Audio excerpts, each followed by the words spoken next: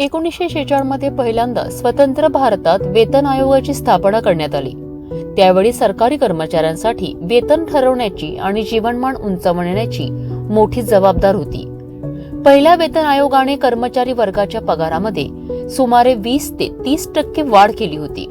दुसऱ्या, तिसऱ्या आणि चौथ्या वेतन आयोगाच्या काळात महागाई आणि जीवनशैलीच्या बदलांना अनुसरून प्रत्येकी 50 ते 70% पर्यंत वेतन वाढवण्यात आले।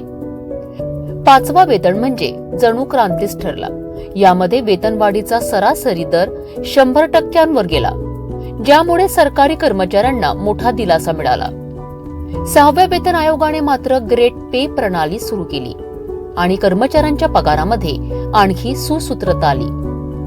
सरासरी वेतनवाढ 40 ते 60% दरम्यान होती।